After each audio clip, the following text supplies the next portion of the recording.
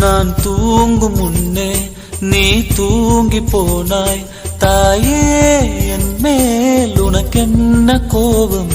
கண்ணான கண்ணே, என் தெய்வ பெண்ணே, கண்ணில் தூசி நீ ஊத வேண்டும். ஐயோ, ஏன் இந்த சாபம் எல்லாம் என்றோ நான் செய்த பாவம்.